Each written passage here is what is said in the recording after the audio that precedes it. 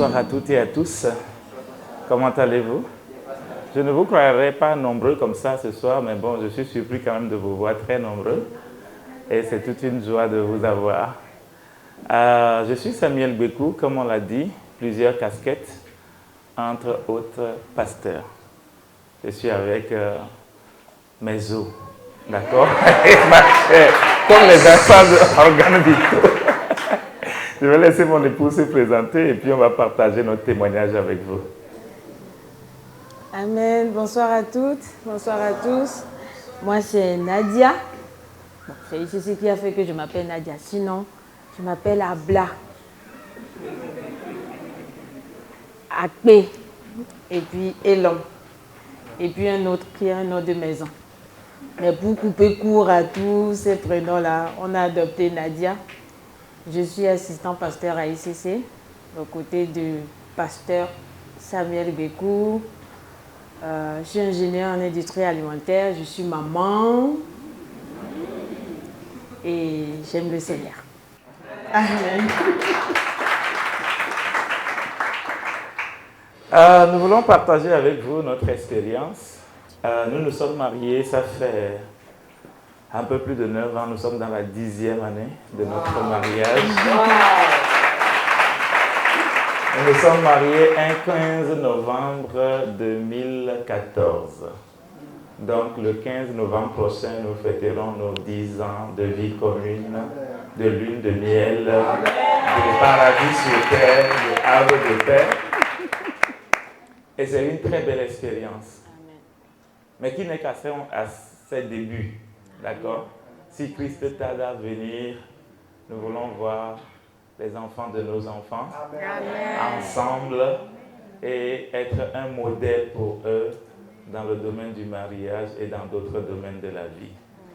Maintenant, avant ces 9 ans et demi, 10 ans-là, qu'est-ce qui s'est passé? Comment ça s'est passé? Je vais résumer en disant qu'on se connaissait déjà sur 2 endroits différents. On était à l'université ensemble, mais pas dans la même faculté. Moi, j'étais à la faculté qu'on appelle communément FASEG, économie et gestion.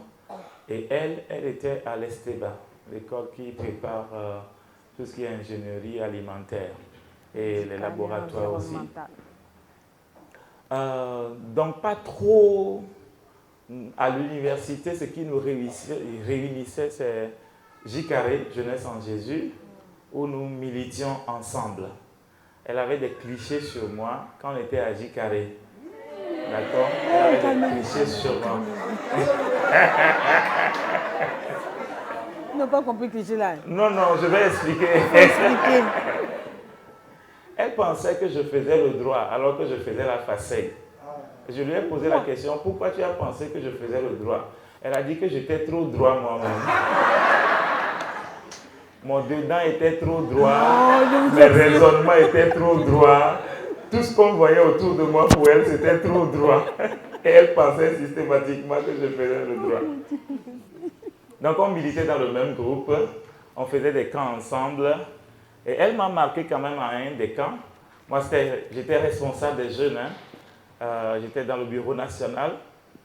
Et à un des camps, elle était dans le comité, le staff du camp. Et c'est elle qui était chargée des repas, c'est ça? La cuisine. De la cuisine, le ministère de l'Intérieur.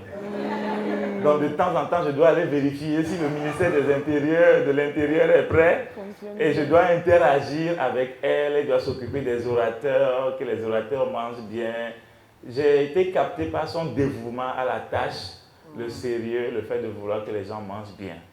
Je l'ai gardé dans une partie de ma tête.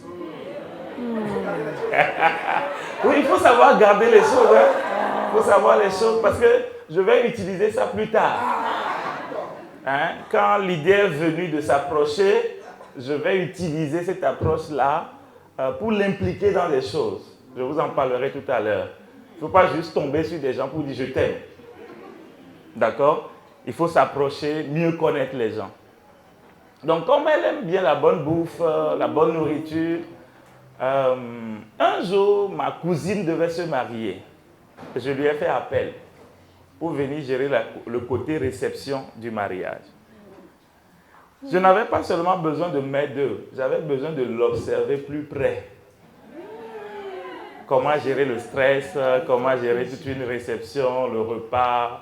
Et moi, pour moi, je voulais la mettre à l'œuvre et l'observer de loin, en même temps de près, pour voir qui elle est et comment elle prend soin des choses. C'est un des secrets que je vous dis, les frères. Il ne faut pas juste sauter. Impliquez-la dans les choses pour mieux la découvrir. Donc je saute, je viens à l'église. On se connaissait aussi à l'église parce qu'on était dans la même église. Elle me sollicitait, elle m'impliquait, elle aussi. Mais sans arrière-pensée, je le crois honnêtement. Aussi. D'accord, ok. Elle intervenait auprès des enfants et elle me sollicitait des fois pour venir aider à transmettre un enseignement à l'école le dimanche chez elle. D'accord? Et je le faisais avec beaucoup de plaisir. Elle aime les dessins animés. Moi, je n'aime pas les dessins animés. Moi, j'aime les vrais films de la vie. Elle n'aime pas les vrais films de la vie. Mais des fois, on va s'accorder pour faire passer des dessins animés aux enfants à l'école ou pour faire passer un film aux enfants à l'école. Donc, on se connaissait aussi dans la même église. On a collaboré encore sur un projet. J'avais lancé une association appelée Mains Ouvertes, où je collectais des fonds pour aider les missionnaires, les pasteurs qui souffrent dans des milieux reculés, et tous ceux qui font de bonnes œuvres, mais qui manquent de moyens. Donc moi, je collectais de l'argent pour les aider. Et l'idée m'était venue de m'approcher d'elle. On venait tous ensemble de finir à l'université. Elle avait déjà son premier boulot, donc c'est tout premier salaire. Et je m'étais approché d'elle, je lui ai partagé ma vision. Et je lui ai demandé, est-ce que tu ne veux pas investir dans ça? Et je lui ai donné 8 jours pour réfléchir et me revenir. Elle m'a dit, non, je n'ai pas besoin de réfléchir, ma réponse est oui. Je ne sais pas ce qu'elle avait vu avant de dire oui. Elle nous dira ça tout à l'heure, elle-même. Mais elle m'a dit aussi que le Seigneur l'a déjà interpellée sur l'utilisation de son argent, de ses premiers salaires, et qu'elle est intéressée d'accompagner les causes que j'accompagne, surtout qu'il y a des enfants dedans. Des enfants qui sont le battement de son cœur. Elle peut s'amuser avec des enfants à 4 pattes, les cris et tout. C'est pas moi. Moi, je suis très droit et très carré, non? Vous avez vu ça? Donc, je ne sais pas descendre dans certaines sphères, mais je collectais de l'argent pour soutenir la cause des enfants. Elle soutenait la même cause autrement, je soutenais la même cause autrement. Donc, elle va être l'une des premières personnes qui vont donner à l'association pour soutenir ces œuvres-là. Et j'étais obligé de l'accompagner de temps en temps vers les enfants que nous soutenions.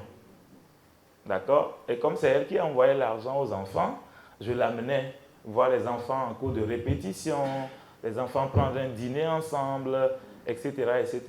Et c'est là où nous avons commencé par partager la même passion pour les mêmes causes. Je ne la regardais pas, mais j'ai vu que nous deux nous regardions dans la même direction. Et nous étions des bons équipiers. On formait une très belle équipe.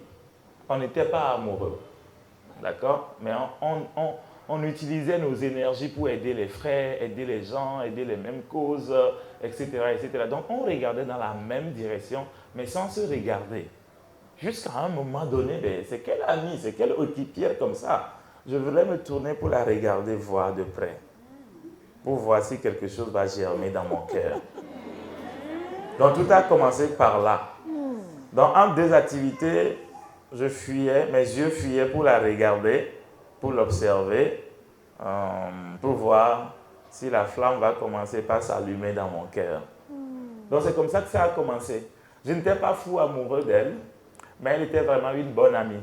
Une bonne amie, on était dans une très bonne amitié, et je me suis dit, mais pourquoi pas? Pourquoi pas ne pas commencer par prier, voir si le Seigneur me dirigerait vers elle, si le Seigneur soutiendrait ce que je vois, mais qui ne me passionne pas encore en termes de sentiments. Je savais que j'ai un appel sur ma vie, d'accord, et que ce n'est pas n'importe qui aussi qui devait m'accompagner. Donc il fallait que je cherche Dieu et que j'ai la conviction de cela. Jusqu'à ce que j'ai l'assurance, je me suis fait accompagner par un aîné dans la foi, un couple coach, conseiller conjugal, et qui m'ont montré les étapes, qui m'ont préparé, qui m'ont aidé à la préparer, parce qu'il faut la préparer. On en parlera tout à l'heure, les frères. Il faut préparer les sœurs avant d'arriver. Donc ce couple va m'accompagner jusqu'à ce que je pose mon dossier sur la table. Et mon dossier a fait 9 jours. 9 jours après, j'ai eu un gros oui. Et c'est ce gros oui-là qui nous a emballés jusque là où nous sommes aujourd'hui. Waouh! Non mais attends, je pensais que tu aurais fait mieux que ça. Maintenant, merci aux soeurs d'avoir acclamé. Je veux entendre les frères acclamer parce que ce qui s'est passé ici.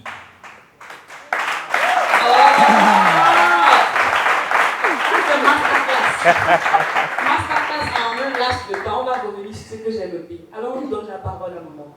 Elle va compléter naturellement. J'ai raconté de ma perspective. Oui, c'est vrai. Ouais. Je confirme que ces dedans étaient vraiment sérieux. Non, je vous assure, les frères, ne faites pas ça. Oh, dedans, c'est comme les tôles, c'était tellement bien mis. Ah, tu te demandes. Bon, moi, comme je suis un peu... Donc, ça m'agressait en fait, ce sérieux-là. Soyez un peu détendu dans la vie. Si déjà le dedans est comme ça, ça en dit long sur la personne. Et puis bon, c'était nos responsables, on les appelait les personnes ressources. Non, ce n'est pas juste des simples aînés. On les appelle les personnes ressources. Donc un peu de respect. Un peu de respect pour eux. C'est vrai qu'au départ, il n'y avait rien. Lui, il ne se rappelle pas, mais un jour, moi je me rappelle très bien, il y avait une discussion entre frères à l'église, et puis lui aussi il a placé un mot. Puis je lui ai dit, bon, je vais être poli. De toutes les façons, ça ne peut pas être toi. Donc, fin de la discussion. Je ne veux pas trop tirailler. Parce que je ne pouvais pas imaginer que ça pouvait être lui. À l'heure là. Je ne pouvais pas imaginer. C'était nos grands frères. Et puis, il y avait beaucoup de limites en fait. Et par rapport à ce que moi je voulais. Je voulais pas quelqu'un qui ait fait tout ce qui est financier. Parce que c'est des gens que la prison guette facilement.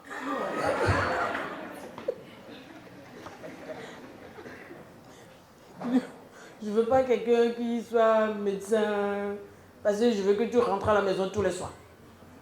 Et il y avait beaucoup de choses qui me limitaient, donc dans ma tête, c'était bloqué. Mais j'aimais bien ces sorties. Et puis, comme il a dit, quand j'avais commencé par travailler, j'ai perdu mon papa très tôt. J'ai perdu mon papa dans les vacances de seconde pour aller en première. Et c'était vraiment très dur. On a fait l'université dans des conditions très difficiles. Nous sommes 4, moi je suis la dernière. C'était au temps où on payait 50 et quelques mille ans. C'est pas quand le feu président avait agi et puis après on a ramené les collèges à 25 000. Donc 4 personnes à l'université pour une maman, c'était dur. Mais bon, elle a fait de son mieux. Bénissons le Seigneur pour sa vie. Donc quand j'ai commencé par travailler, opération rattrapage. Je voulais manger tout ce que je n'ai pas mangé pendant toutes ces années.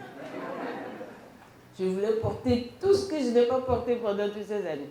J'étais capable de partir au marché et passer toute la journée au marché. J'aimais ça.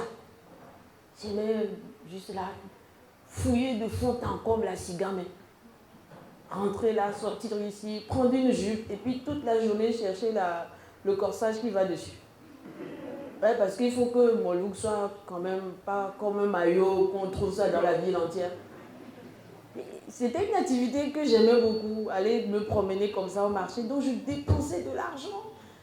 Et puis un jour, bon, Ça m'est tombé dessus, il dit, tu as le même, c'est quoi ton problème? Pourquoi tu dépenses l'argent comme ça? Non, je ne suis pas d'accord avec toi de la manière dont tu dépenses l'argent. Hein? Tu pouvais acheter Ablo. Hein? Il y a un Ablo qui est au niveau de Habitat, à côté de la petite poste, dans le virage pour aller à Zionto. C'est un Ablo. Dans le temps, quand tu tires ça comme ça fait deux. Cet tableau-là. Mon boulot était à Vénou, hein. Mais je devais faire un détour par là-bas avant d'aller à la maison à Kodé-Sewa. Je vais payer ça. Je vais passer à Bessimé pour aller acheter à Foromé. 2000 pour moi seul. Et puis je vais aller maintenant passer à Kodé-Sewa, prendre du jus extra. Voilà. C'est l'opération rattrapage. Donc je dépensais l'argent d'une manière un peu folle. Pas que j'étais folle, mais c'était une opération rattrapage. Quelqu'un qui a vécu trop longtemps au désert, quand tu rentres en Cana quand même, il faut que... Et puis donc quand il m'a parlé de ce projet, waouh, je me suis rappelé que le Seigneur venait de me taper dessus, qu'il n'est pas content de la manière dont je dépensais l'argent. Et tout de suite, j'ai voulu prendre l'argent pour mettre dans ça. Tout de suite. Je n'ai pas réfléchi. Parce qu'il m'avait averti déjà. J'ai compris que c'était la porte qu'il m'offrait pour sortir de cette ville de Fofol. Donc j'ai accepté et puis bon, je l'accompagnais, tout ça. Il n'y avait rien. Il n'y avait rien. Tu es sûr? Il n'y avait rien. Il n'y avait rien. Bon, je ne sais pas, il faut quand même qu'on ressente la balle. Parce que ce n'était pas comme ça qu'il était. Il y a 10 ans. Il y a 10 ans.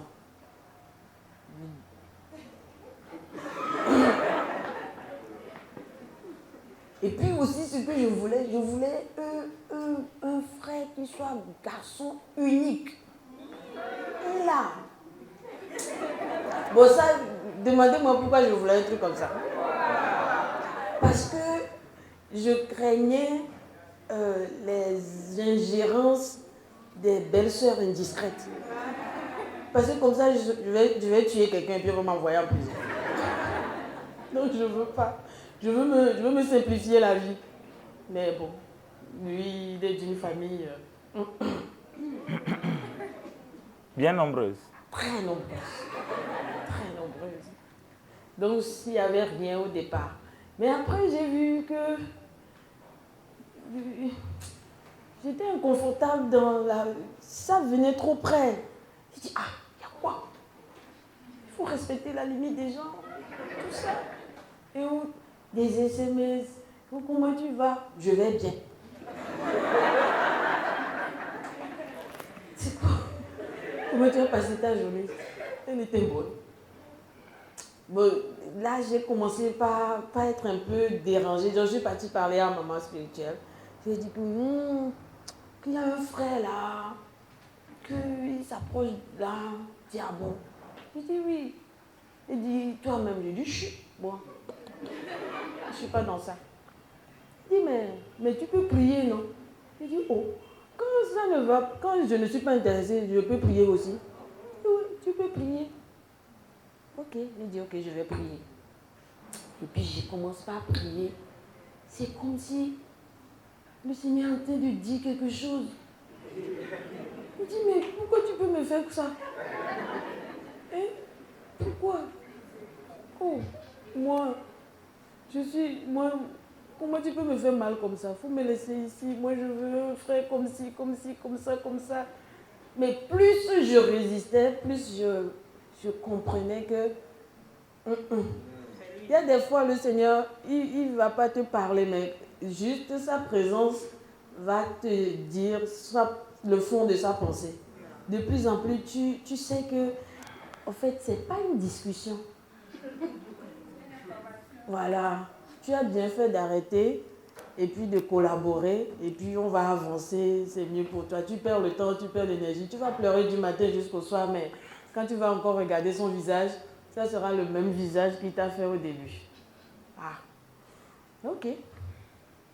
J'ai pris mon courage à deux mains pour commencer par envisager. Et puis après, les choses se sont agencées.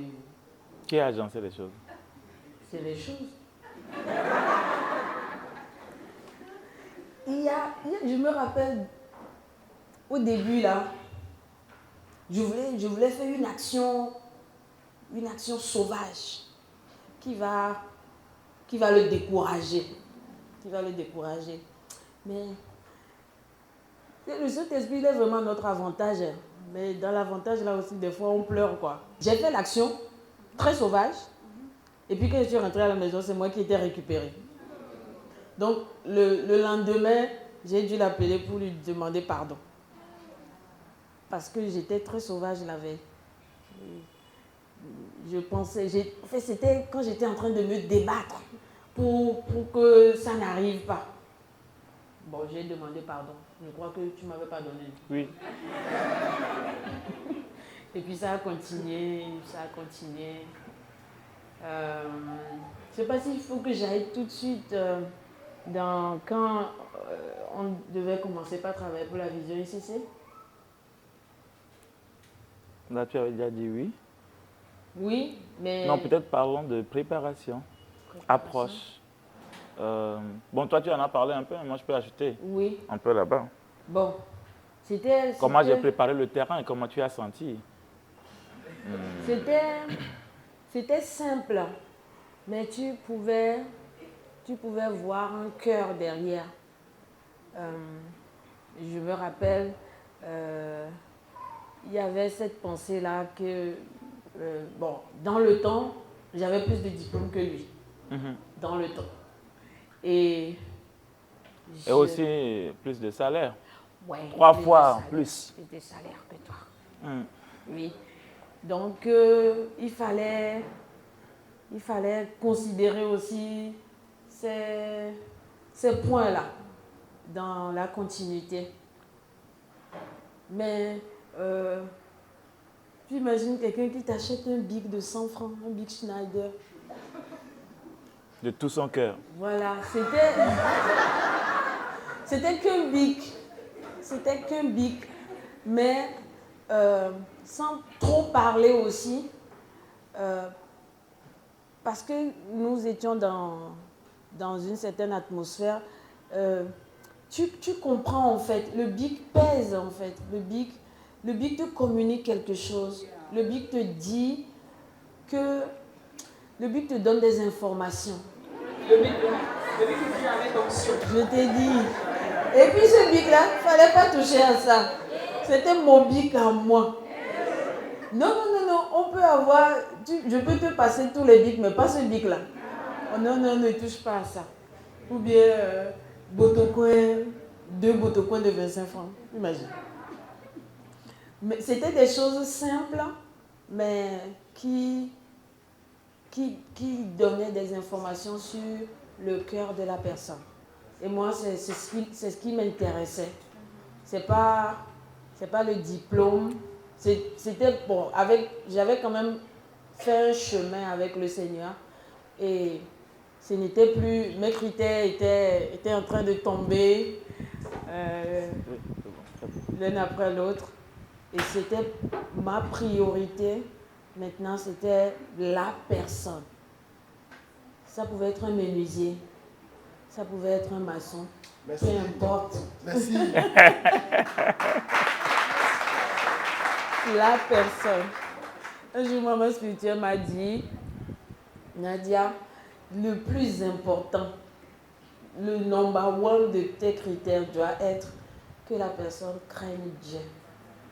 S'il craint Dieu, tu es sauvé. Donc, même, à ce point-là, j'étais même moquée pour épouser un handicapé. Ah oui, c'est la personne qui est importante. Ce n'est pas ce que la personne fait, mais ce que la personne est. C'est ça qui va quelque part. Sinon, ça ne peut pas aller. Donc, dans tous ces petits gestes-là, j'ai été enseignée. J'ai compris des choses. Le Seigneur me confirmait que oui, vas-y, je suis avec toi.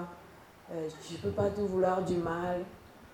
Je ne veux pas te perdre. Je ne veux pas t'envoyer sur un chemin et puis je vais aller te lâcher. Donc, de plus en plus, j'étais réconfortée dans cette conviction qui venait de naître en moi. Parce que la conviction, elle naît et puis elle grandit. Et après, ça fermit. Tu sais que c'est ça.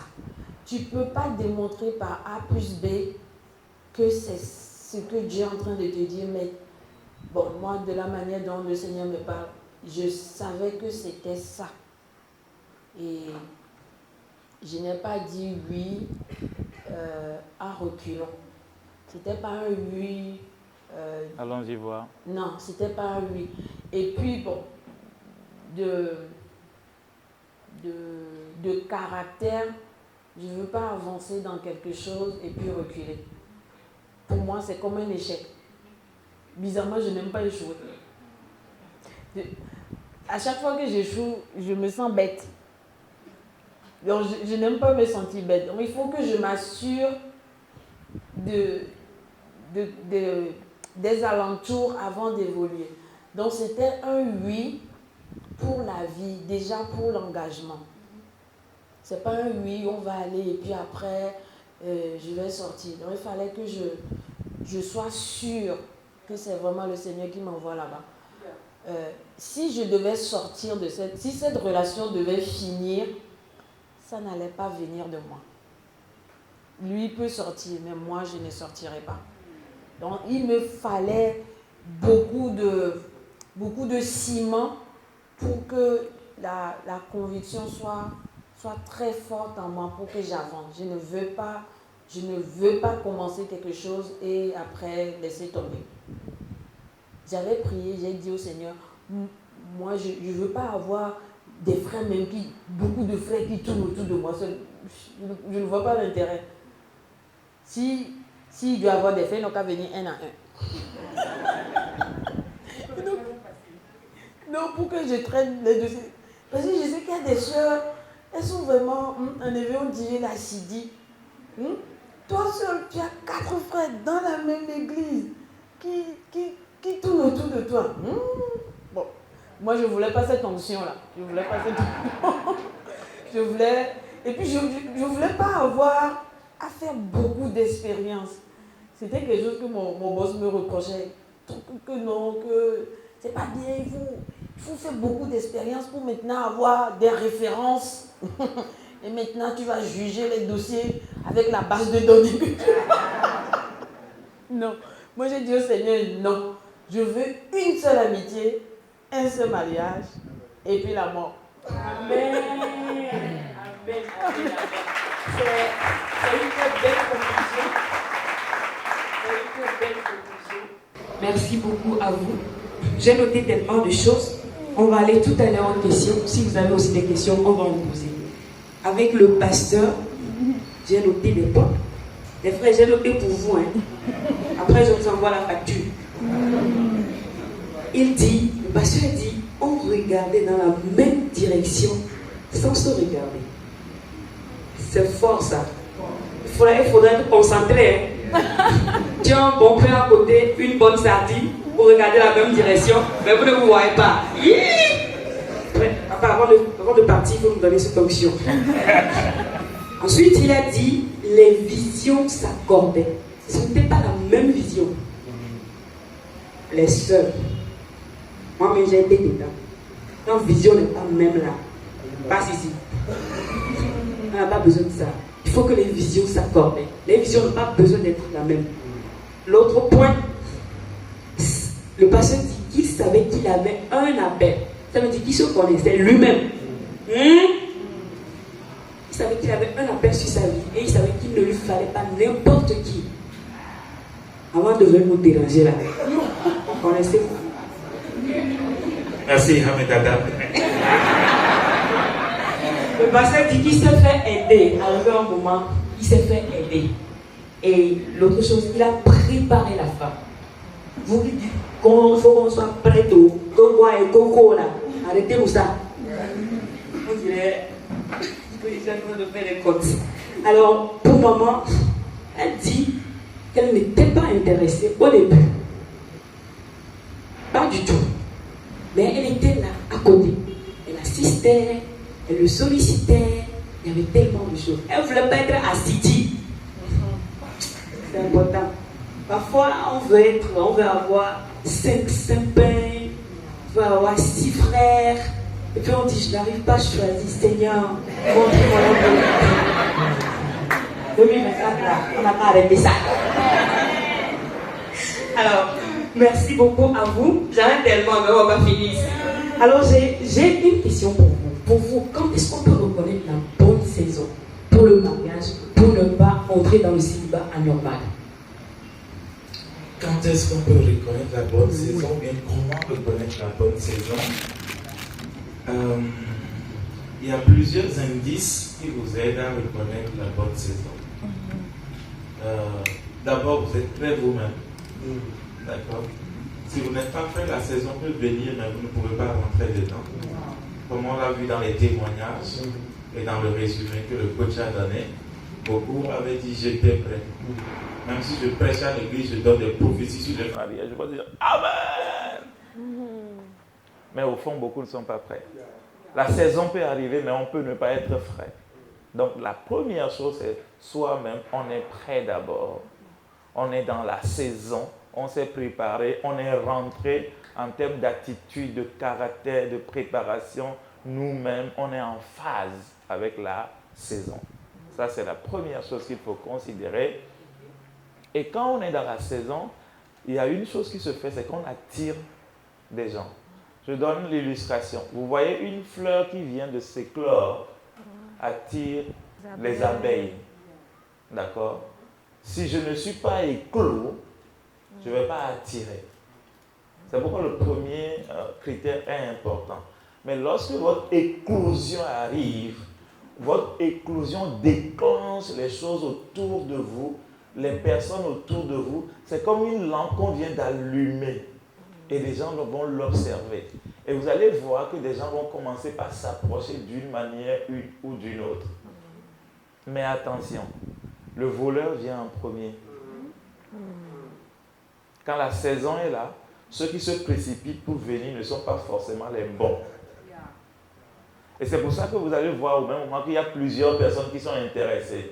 Pourquoi plusieurs personnes qui sont intéressées? Parce que votre fleur vient d'expérimenter son éclosion.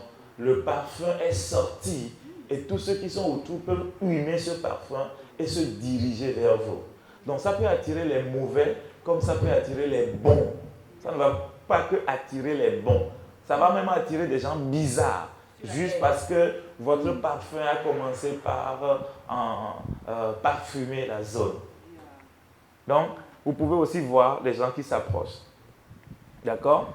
Maintenant, une autre chose que vous allez faire pour reconnaître la bonne saison, c'est que vous avez de la communication avec le ciel.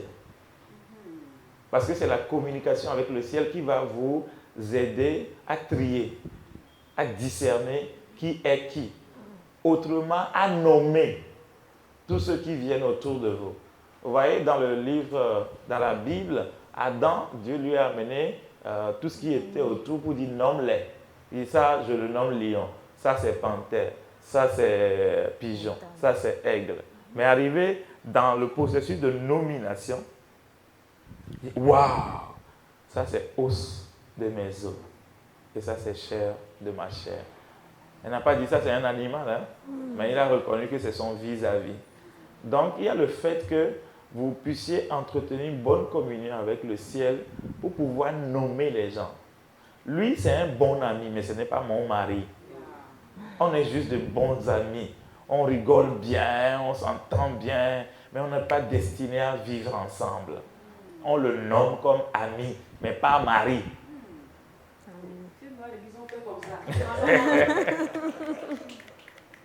Lui, il semble ne pas être prêt. mais j'ai l'impression qu'il y a quelque chose qui nous unit. D'accord? Il ne remplit pas mes critères, mes idéaux. Mais quand je le vois, c'est comme s'il y a une lumière qui quitte chez lui, il y a une lumière qui quitte chez moi, il y a de l'étincelle. Même si je lutte contre ça, comme elle vient de reconnaître qu'elle a lutté beaucoup, je n'avais même pas encore déposé le dossier, mais elle avait commencé par lutter. Parce que moi, je faisais le tour avec ma fleur qui donnait son parfum dans la zone. C'est méchant, ça. Et le parfum tourmentait déjà ses narines spirituelles. Elle sentait. Vous voyez ça? Elle pouvait sentir quelque chose qu'elle ne peut pas expliquer. Mais elle sent. Elle sent. Donc c'est un signe intérieur que Dieu a mis en nous pour pouvoir discerner qui est qui et qui peut nous accompagner. Maintenant, nous sommes libres de le refuser comme de l'accepter. Donc, j'ai donné 3 critères. Le premier, c'est que moi-même, je suis prêt. Le deuxième, c'est que quand je suis prêt, ça occasionne des mouvements autour de moi. Troisième chose, il faut que j'ai une bonne communication pour pouvoir nommer chaque personne et placer chaque personne à sa place. Je ne sais pas si tu voulais ajouter quelque chose. Tout à l'heure, je disais à un frère que je savais que j'allais me marier sur la terre. Même si c'était à 60 ans. Donc, j'étais calme en fait. J'étais calme. Et j'étais... Il n'y avait pas... Beaucoup de soeurs ne m'aimaient pas dans mon calme parce que ça les dérangeait. Elles sont dans les stratégies. De conquête. Non, je vous assure. On veut attirer l'attention du frère. Quand on va au camp... Nous, quand on va au camp, c'est pour chercher Dieu. C'était une semaine où tu vas prendre comme beaucoup d'énergie pour encore se lancer. Les gens vont au camp avec des stratégies. La coiffure même qu'elle a fait pour venir au camp, c'est à dessein. Les habits qu'elle a choisis pour venir au camp. La manière de circuler sur le camp, c'est que rien n'est laissé au hasard. Moi, ça me dispute. Je dis, mais pourquoi il faut se donner tout ce mal? Je sais que je n'ai pas le don de célibat. Je ne suis pas unique aussi.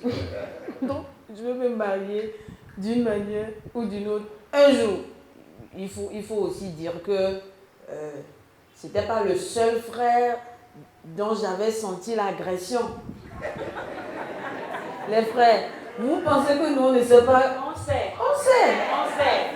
On a un cerveau dans la tête comme vous. Moi-même, je connaissais mon concurrent.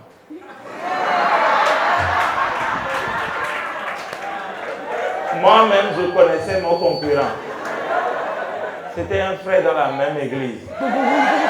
Et souvent, on se retrouvait à 3 pour parler. Nous 2 et puis elle. Et puis, il était indisposé. Il avait peur de moi, le frère. D'accord? Il avait peur. Je ne savais pas pourquoi il avait peur, mais il avait peur.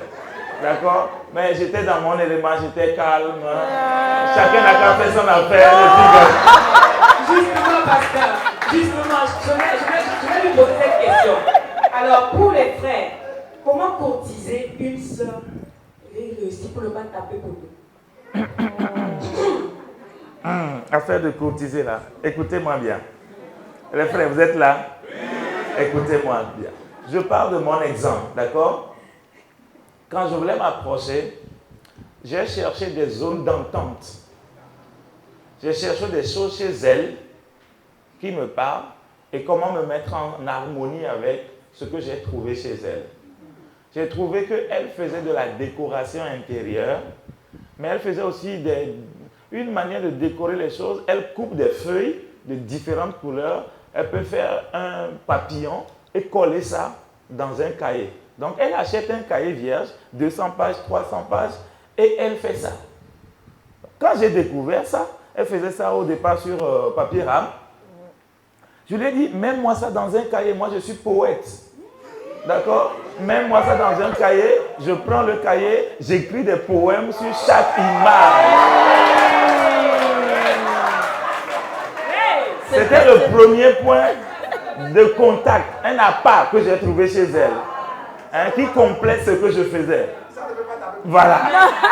Donc, vous imaginez, je prends un cahier de 200 pages, 300 pages remplis comme ça.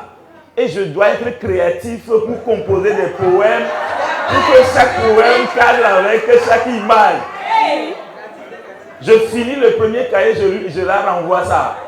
Elle voit. J'ai dit, est-ce que tu ne veux pas me faire un deuxième cahier? Elle fait un deuxième cahier. On a trouvé un terrain d'entente. Elle ne met pas les mots, elle met les images. Moi, je mets les mots. D'accord? J'ai scotché là-bas. On peut s'entendre au moins sur ça. D'accord? Ça, c'était la première chose que j'ai remarqué chez elle, qui m'a capté, que je peux utiliser pour m'approcher. Je ne lui avais rien dit. Je n'avais pas de sentiment. Mais j'ai trouvé un terrain d'entente entre nous deux où on peut travailler. Vous voyez ça? Donc, j'ai surfé sur ça. Pendant que je demandais conseil, je me faisais accompagner. J'ai surfé sur ce qu'elle aimait. Je voulais faire ce qu'elle aimait. D'accord? La deuxième chose, c'est que j'ai beaucoup communiqué. Oh, c'était dans le temps, il n'y avait pas WhatsApp. Il n'y avait pas Internet. Hein, c'était le crédit de Togo cellulaire là. Hein, ou 2000 francs en 10 minutes, 20 minutes là. Donc j'achetais un crédit de 4500. On parle jusqu'à ce que ça finisse. Comment s'est passée ta journée? Qu'est-ce que tu as fait? Je m'intéressais à elle. Elle, qu'est-ce qu'elle vit? Qu'est-ce qu'elle expérimente? La famille, le papa. Papa n'est plus là. Maman, comment tu vis le départ de papa? Je voulais voir comment est son monde. Et je communiquais beaucoup au téléphone avec son monde. Chose curieuse, il y a eu des moments où mon appel s'est coupé parce que mon crédit est fini. Elle est sortie aller acheter crédit pour me rappeler. Soit disant que, parce qu'on n'a pas pu dire au revoir, elle a rappelé pour qu'on puisse se dire au revoir. Et au revoir là, jusqu'à ce que son crédit coupe. Et si j'ai de l'argent, je vais acheter aussi. Il y a des fois où c'est resté comme ça, chacun sait que c'est bonne nuit. Donc, ça a commencé déjà par la préparer. Le gars là s'intéresse à moi. Vous voyez ça? Elle commence par chercher conseil auprès de sa maman spirituelle. Je vois un frère tourner autour de moi. Oui, je l'assume, j'ai tourné autour. Parce qu'une dame, une jeune fille mérite qu'on tourne autour d'elle, qu'on essaie d'attirer son attention, qu'on essaie de dire je suis intéressé, je t'admire, je te contemple, je suis un beau chasseur, je te vois comme mon gibier, je tourne le fusil, je tourne comme ça, regarde-moi tourner, regarde-moi tourner et je tourne. J'ai fait ça pendant des mois. Au point où elle s'impatientait. Mais je l'ai préparé. D'accord? Une bonne communication, on trouve des choses ensemble. Et puis on avait commencé par faire des visites ensemble. Visites de ces jeunes-là qu'elle sponsorisait. Donc travailler pour Dieu ensemble. J'ai misé sur ça aussi. À part au camp de Jicaré, à part mon association, s'il y a un frère qui fait mariage ou qui a décès dans sa famille, j'appelais d'autres personnes et on allait soutenir les frères. Ça me permettait de découvrir son caractère, comment elle se fâche quand elle est sous stress, quand quelqu'un l'énerve, comment elle réagit. Donc je l'impliquais dans mes activités. Elle aussi m'impliquait dans ses activités. Maintenant, quand je devais passer à ma déclaration, j'ai pris le temps de préparer le terrain en l'invitant pour des sorties à la plage, en l'invitant pour un temps au restaurant, un temps à la crèmerie, un temps dans une zoo. Mais elle n'a pas fait emballer. Non. Elle m'observait. Elle m'observait, mais je jouais ma carte. On visite une zoo, on regarde les animaux, on commente, on se promène. Elle vient avec sa moto, je viens avec ma moto. On fait tout ça là, et puis chacun prend sa direction, chacun rentre. Là, j'ai tout dit sans rien dire. Sans mots, j'ai tout dit. Je t'aime, j'aime ta présence, j'aime être avec toi, je t'apprécie, etc., etc. Donc, avec quelques sorties, je pensais qu'elle pensait que des fois, des sorties, je devais tout cracher en même temps. Mais je retenais l'inspiration et je repartais avec l'inspiration. Il faut faire durer le suspense. D'accord? Il faut faire durer les choses. Quand c'est bien élastique comme ça, c'est plus doux. D'accord? Jusqu'au jour, je sais que mon coach m'a dit, ok, maintenant tu peux la préparer et tu prends un rendez-vous galant.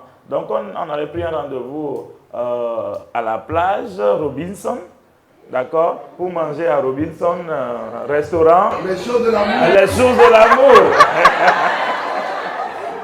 Donc un temps à Robinson restaurant, au bord de la plage, avec du malta, avec des frites. On a beaucoup mangé, on a causé de tout et de rien. Et puis j'ai dit, bon, si on faisait un peu de promenade tout au long de la mer, on contemple le crépuscule, etc., etc. Mais avant d'aller là-bas, j'étais passé la prendre à la maison. Je n'ai pas dit, rattrape-moi à la plage. Je suis allé, j'ai salué maman, etc., etc.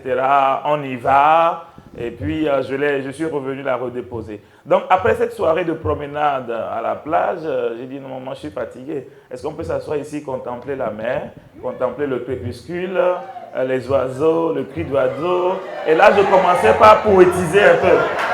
Quand ça vient, le poème sort naturellement. Le poème sort naturellement.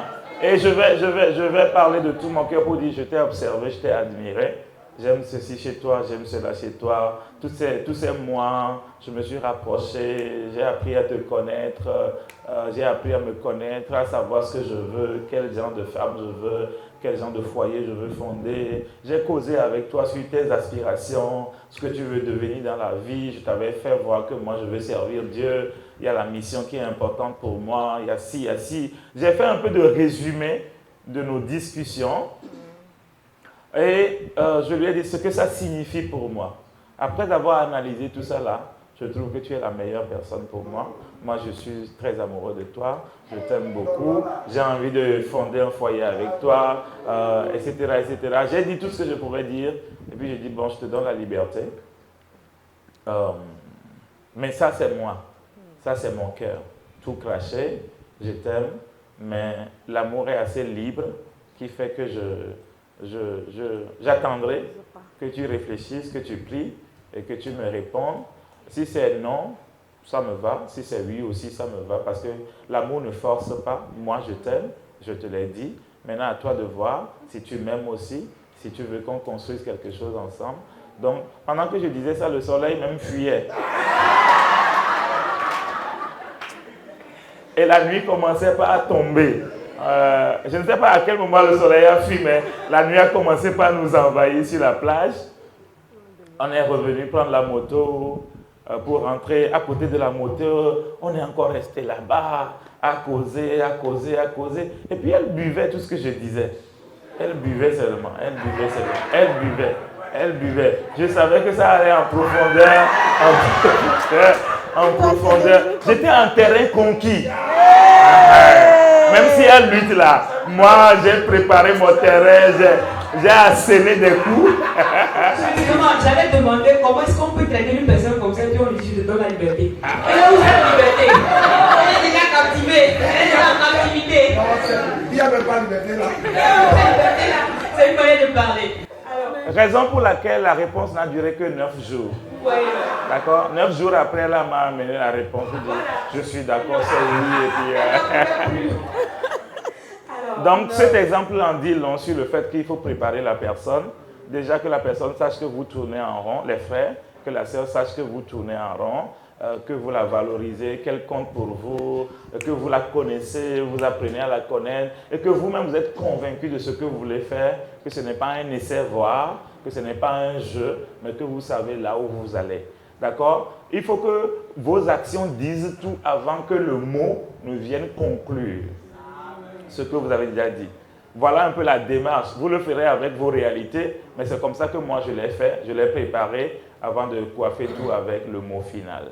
À la plage, au crépuscule. Avant de donner la parole à maman, je voudrais qu'on acclame fort le Seigneur pour la vie du pasteur.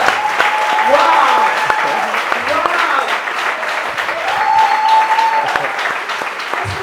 Est-ce que quelqu'un a entendu ici, Dieu m'a dit que tu es ma femme? C'est un pasteur. Est-ce que vous avez entendu, Dieu m'a dit que tu es ma femme? Ou bien, il n'est pas bon que l'homme soit seul. S'il vous plaît, arrêtez-vous ça. Alors, vous voulez faire un action rapidement? Ou bien je peux envoyer l'autre question? Oui. J'ai une question très spéciale pour vous. Waouh. C'est pour faire une parenthèse rapide. Pourquoi je pouvais me laisser mener? Parce que le Seigneur me parlait de mon côté. Et avancer et constituait ou bien me rapportait plus de fermeté dans ce que j'étais en train de vouloir prendre comme pas. Comment ne pas taper poteau pour les frères? Là, moi, je vais renvoyer la question aux sœurs. Pourquoi tu vas aller jusque là-bas avec le frère si tu n'es pas intéressé? Il te donne cadeau, tu prends. Tu prends pourquoi? Dis merci. On t'invite quelque part pour une activité, aller aux zoo, regarder perdrix, machin, caïma, tout ça. Pourquoi tu vas? Le frère ne t'intéresse pas. Le Seigneur ne t'a rien dit concernant ce frère. Tu n'as pas demandé au Seigneur c'est comment. Pourquoi tu veux aller dans cette dimension? En fait, c'est un accès qu'on n'a pas donné à tous les frères de l'Église. Pourquoi faire cette activité-là spéciale avec ce frère si tu n'es pas dans une zone où tu es en train de chercher des convictions? Parce que le frère va taper poteau quand la sœur, elle n'en a rien à foutre. Elle, c'était juste pour sortir, manger, prendre des cadeaux. Et puis après, lui, il va croire que ton expression, ton accord que tu donnes pour qu'il avance, c'est toi qui lui permets de s'avancer un peu plus chaque fois. Lui, il va prendre ça comme si c'était des acquis, en fait. Et puis maintenant, tu traînes l'enfant de quelqu'un jusqu'au bord du gouffre et puis tu le lâches tomber. C'est méchant. Non, il faut même pas. Je trouve que c'est très méchant. Même, il y a des sœurs qui veulent garder certains frères au chaud. C'est-à-dire le temps de voir clair devant là-bas. Il y a l'autre frère qu'on veut. Maintenant, comme il ne s'est pas encore manifesté là, lui là, on l'entretient un peu pour voir, bon, au cas où quoi. On va prendre ça pour aller. C'est méchant. Si c'était ton fils et on fait ça avec lui. Et puis il vient te dire ça, maman, voilà l'autre là qui me fait ça. Je suis sûre que tu vas vouloir aller frapper la fille là. Comment il fait mal, elle fait du mal comme ça. Donc, les sœurs, pardonnez. Faciliter la tâche aux frères qui ne tapent pas poteau. Parce que quand il tape poteau, ça le fait mal comme ça. Non, c'est méchant, c'est méchant. Si ce n'est pas le cas, si déjà le frère il te lance les jeux, il te fait les jeux de phare, tu as prié, tu sais que ce n'est pas le cas. Mais une barrière quoi, une barrière. Moi j'appelais les frères et puis je lui dis bon, mon frère, je te vois.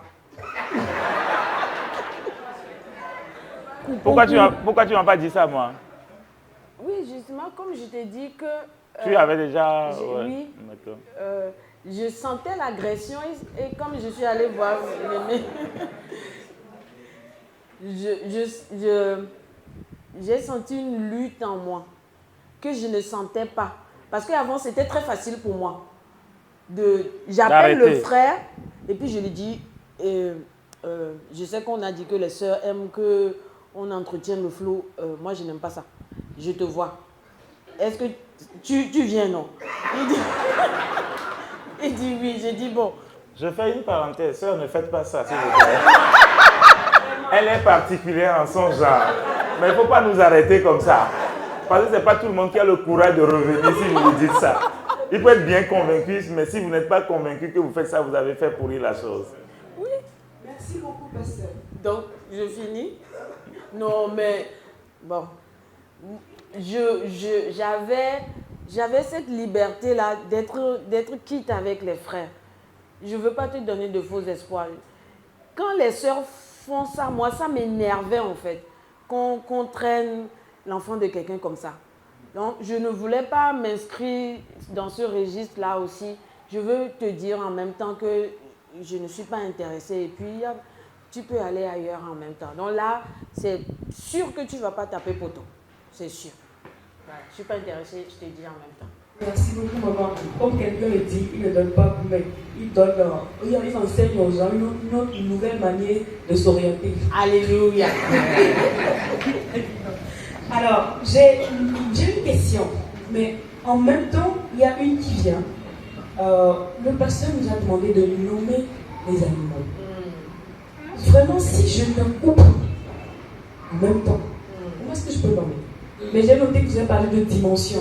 Il ne faut pas les amener dans une certaine dimension.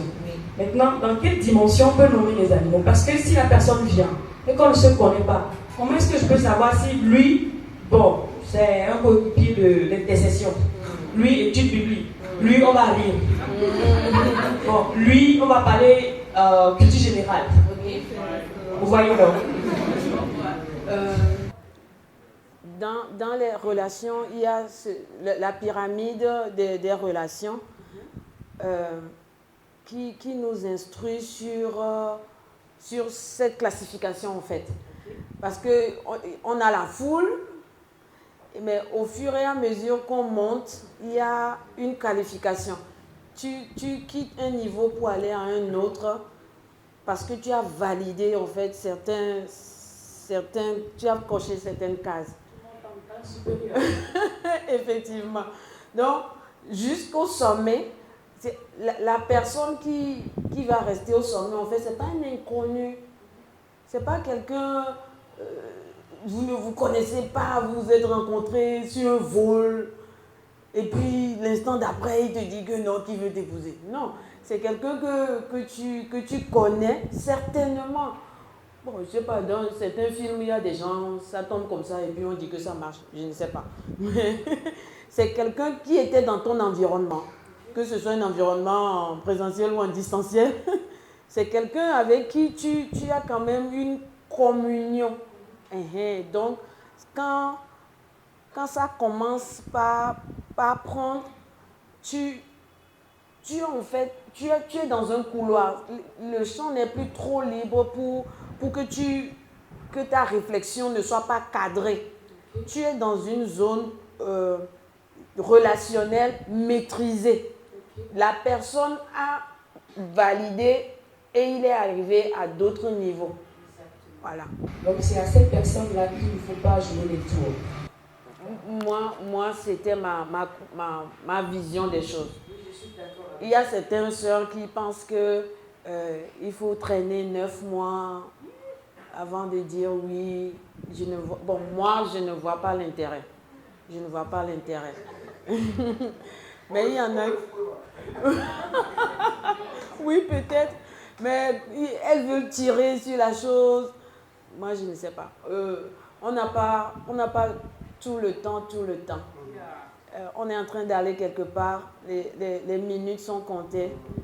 On a une destinée à accomplir. Je ne sais pas pourquoi il faut perdre le temps à tourner en rond pour occasionner le flot. Voilà, il faut être objectif. Tu veux aller, tu vas. Tu ne veux pas aller, tu cherches un autre chemin en même temps. Voilà, c'est ce que je veux dire. Merci beaucoup. Merci beaucoup. C'est toujours pour vous poser des questions. Vous avez toujours le micro. Celle qui arrive, elle est pour vous. Mais avant d'avancer la question, je l'avais déjà suivi à une plateforme comme ça. Il disait, en fait, ceux qui sont connectés au Saint-Esprit n'ont pas besoin de beaucoup de temps pour donner la réponse. Vous avez gardé ça? J'avais dit ça, je ne peux pas ici. Donc, il dit si la personne a vraiment une communion avec le Saint-Esprit, en 2-3 mouvements, l'esprit te dit déjà.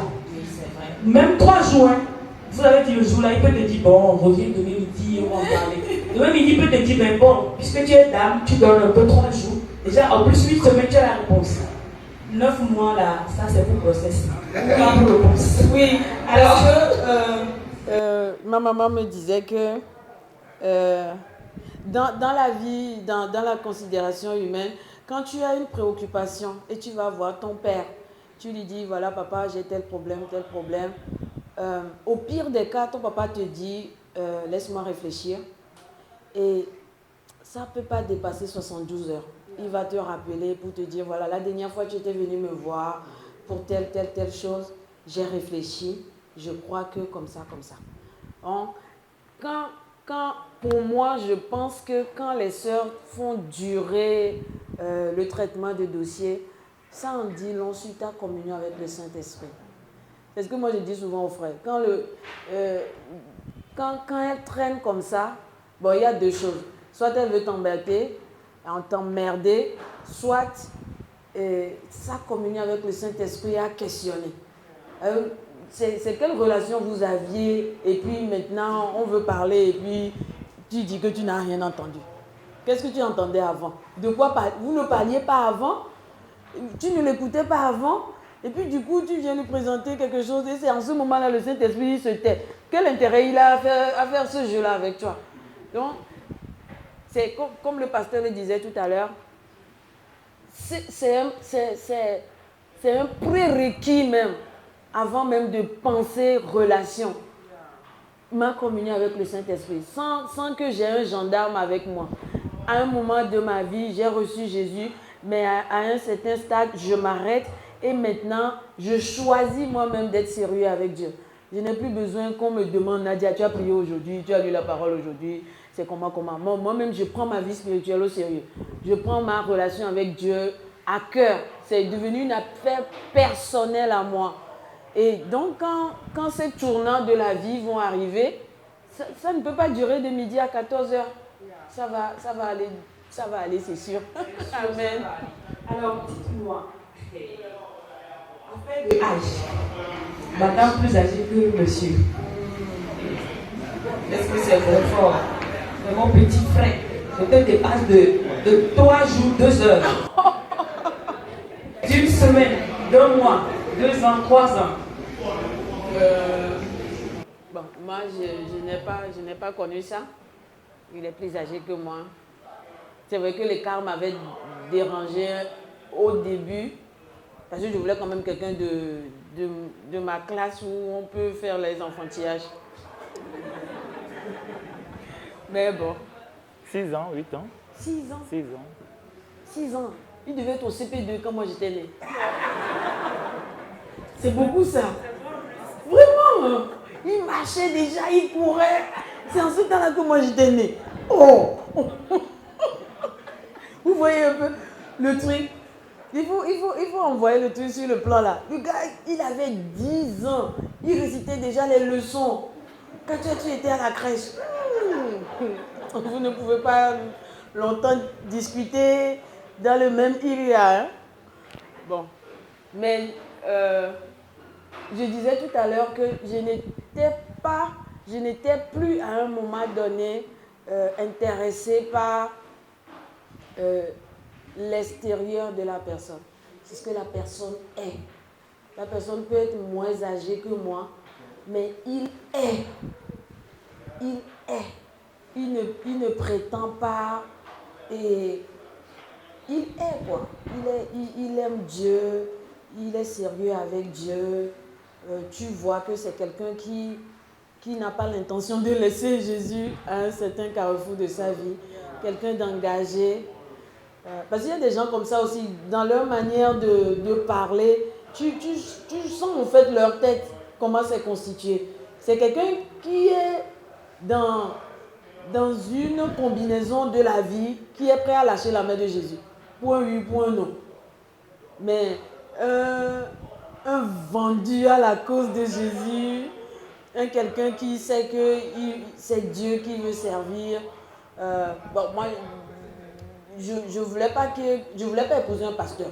Ça, je l'avoue, je confesse. Je voulais pas épouser un pasteur. C'est vrai que moi aussi j'aime l'œuvre de Dieu, mais j'avais toujours pensé que je serais missionnaire. Je n'ai pas de problème à aller dans les zones reculées, à vivre au village, à transporter de l'eau. J'étais à l'aise avec des choses comme ça.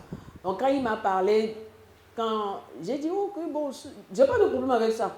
Il y a des sœurs qui sont des sœurs de la ville, que quelque chose de cette vie-là va déranger. Moi, je peux vivre dans une case, ça m'importe peu.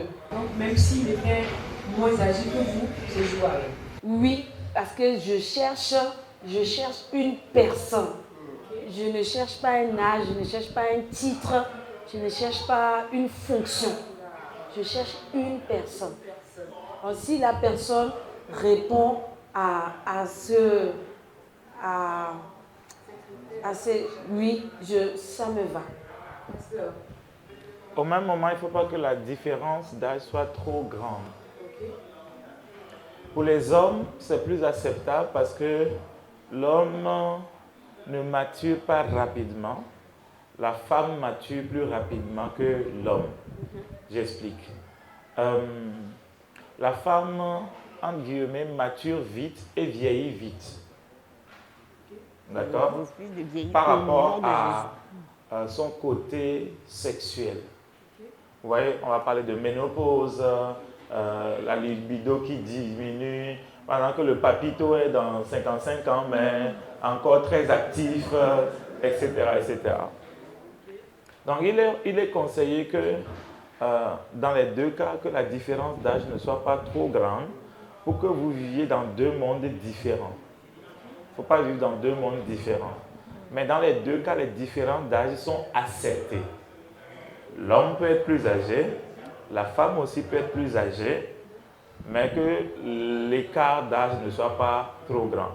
J'ai un exemple chez moi, mon grand frère, sa femme est plus âgée que lui. Mais si on ne vous dit pas, vous ne saurez pas. Mais ils font bon ménage. D'accord, leur première fille est déjà dans son foyer avec 3 enfants. Ouais, vous voyez ça? Mais si on ne vous dit pas que la femme est plus âgée, vous ne saurez pas. Bon, ils ont fait le collège ensemble. La femme était toujours devant, mais ils ont fait le collège ensemble. Ils étaient vraiment des vrais camarades, amitié, etc., etc. Donc, bref, la différence d'âge est acceptée, mais que ce ne soit pas trop grand. Les gens pensent qu'au-delà de 10 ans, il faut commencer par observer les choses, et que 15 ans, par exemple, c'est un peu exagéré parce que vous allez vivre dans deux mondes différents. Mais quand c'est une différence de 1 à 5 ans et jusqu'à moins de 10 ans, c'est quand même acceptable. Plus acceptable pour les hommes que plutôt pour les femmes. Donc les femmes qui ne soient pas trop petits, parce qu'il sera le chef. Et il faut que le chef soit mature.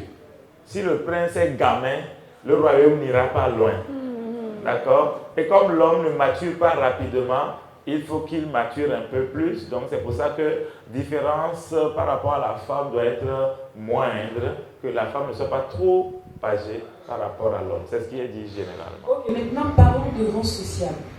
Toujours la femme qui gagne déjà, qui a une position acceptable et avec un frère qui se cherche dans la vie. Tout est une question de mentalité.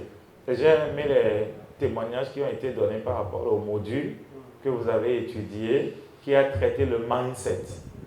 Prenez ça au sérieux. La plupart des blocages viennent de votre mentalité. Un riche peut se marier avec un pauvre. L'amour ne connaît pas la richesse. Vous pouvez vivre dans deux mondes différents dans votre passé, mais vous pouvez aussi choisir de faire la vie ensemble. Dans notre cas, si son papa était présent, si son papa n'était pas décédé plus tôt, moi je dirais que c'est une famille riche. D'accord? Moi, dans mon cas, je me suis débrouillé pour aller à l'école, avec les répétitions à gauche, à droite, dans la galère. D'accord? Donc, la différence d'âge, tout comme la différence sociale, n'est pas tant à considérer. Tout dépend de votre mentalité. Et souvent des mentalités des sœurs. Je connais une sœur, amie, qui, on blaguait, mais elle a sorti 2 mots, et puis beaucoup de nous, entre frères, on s'est dit, non, on n'ira pas là-bas. Elle a son doctorat, d'accord? Et nous, on avait BTS licence, d'accord?